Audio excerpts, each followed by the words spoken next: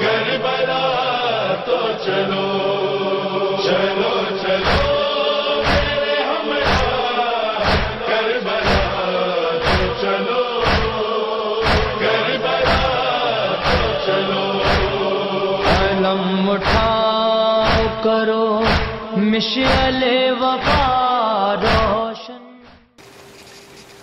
بسم اللہ الرحمن الرحیم. انا للہ و انا الیہ راجعون. رضا بقضائہ و تسلیما لامرہ.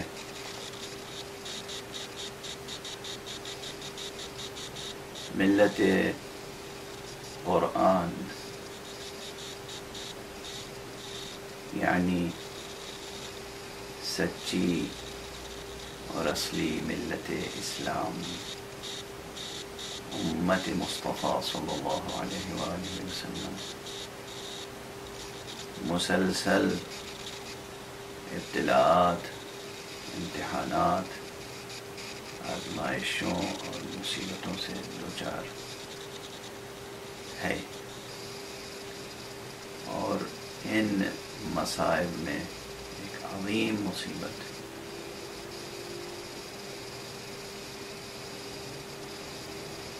دشمن کی طرف سے ملت قرآن کے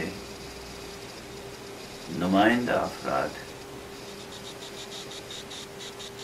کو مسلسل نشانہ بنانا ہے، انہیں قتل کرنا ہے. اور اس میں جو لوگ سرفروشانہ جام شہادت نوش کر رہے ہیں، ان کا اجر، ان کا مرتبہ دنیا میں بھی بہت بڑا ہے اور عند اللہ بہت بڑا ہے.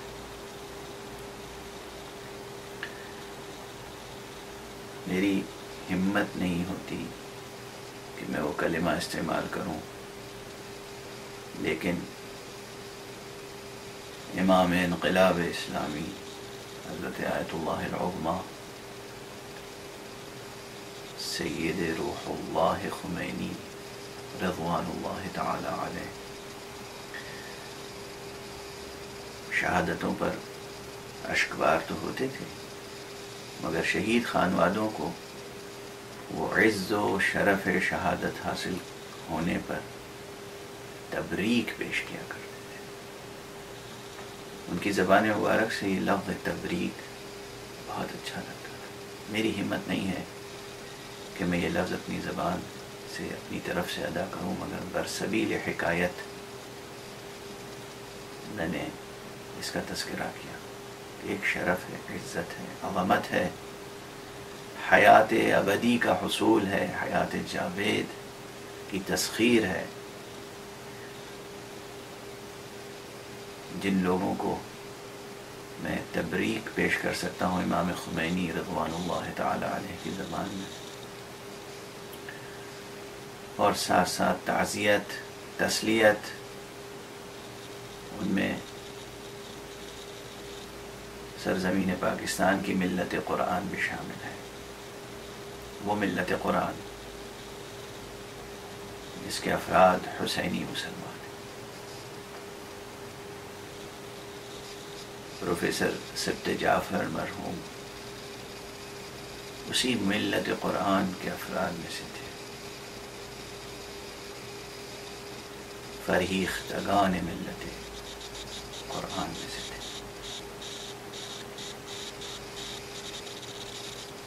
میرے سامنے تو اکثر ان کا مسکراتا ہوا، لیکن ایسا مسکراتا ہوا چہرہ جس میں حزن و غم اہل بیت کی ایک رمق بھی ہمیشہ رہتی تھی. یہ وہ چہرہ تھا جو شاید کبھی کھل کے اور کھل کے مسکرایا نہیں، غم اہل بیت کے بنا. اس کی مسکراہٹوں میں بھی متانت تھی،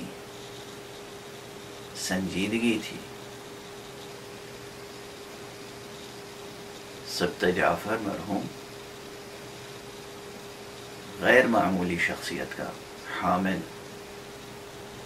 ملت قرآن کا سرفروش تھا، جسے حق نے سرفراز کیا.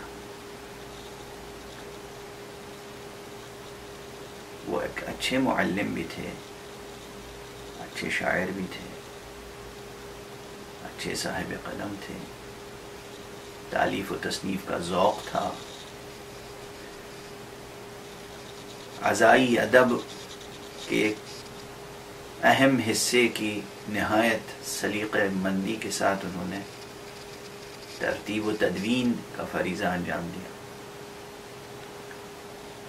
سوزخانی کے سلسلے میں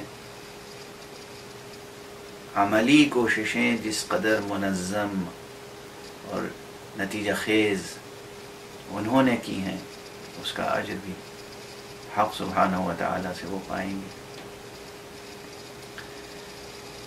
سوزخانی کا فن بلا شبہ اسلامی فنون لطیفہ میں شمار ہوتا ہے. فنون لطیفہ کی ترکیب اہل دنیا نے جس ابتذال تک پہنچائی ہے، پروفیسرسبط جعفرمرحوم نے اسلامی فنون لطیفہ کہہ کر اور اس پر کام کر کے اس لطیف اور شریف اصطلاح کو دوبارہ اس کی لطافت اور شرافت اور کرامت عطا کی. اسلامی فنون لطیفہ پر کام کا ایک طرح سے انہوں نے آغاز کیا، اور ابھی اس میدان میں بہت کام ہونا باقی ہے.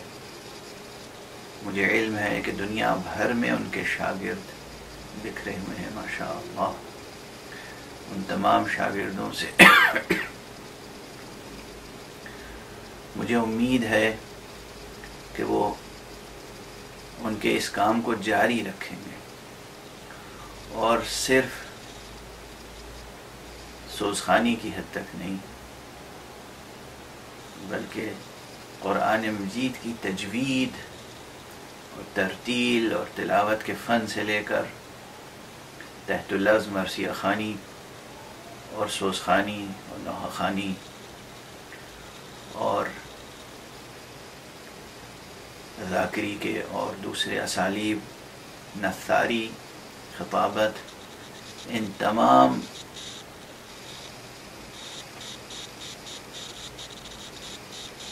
شاخوں پر کام کریں گے.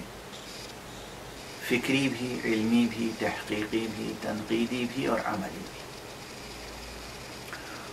اور ان تمام کاموں کا ثواب یقیناً ابد الآباد تک پروفیسرسبط جعفرمرحوم کو ملتا رہے گا. نہایت پرشوق شخصیت تھی، نہایت مستحکم جذبے کا حامل تھا ان کا قلب، نہایت منور تھا ان کا ذہن، آداب مودت میں ڈوبا ہوا انسان، تہذیب عزاداری کا گوہر شاہوار تھا. پروفیسرسبط جعفر کو یہ دنیا کبھی بھلا نہیں سکے گی.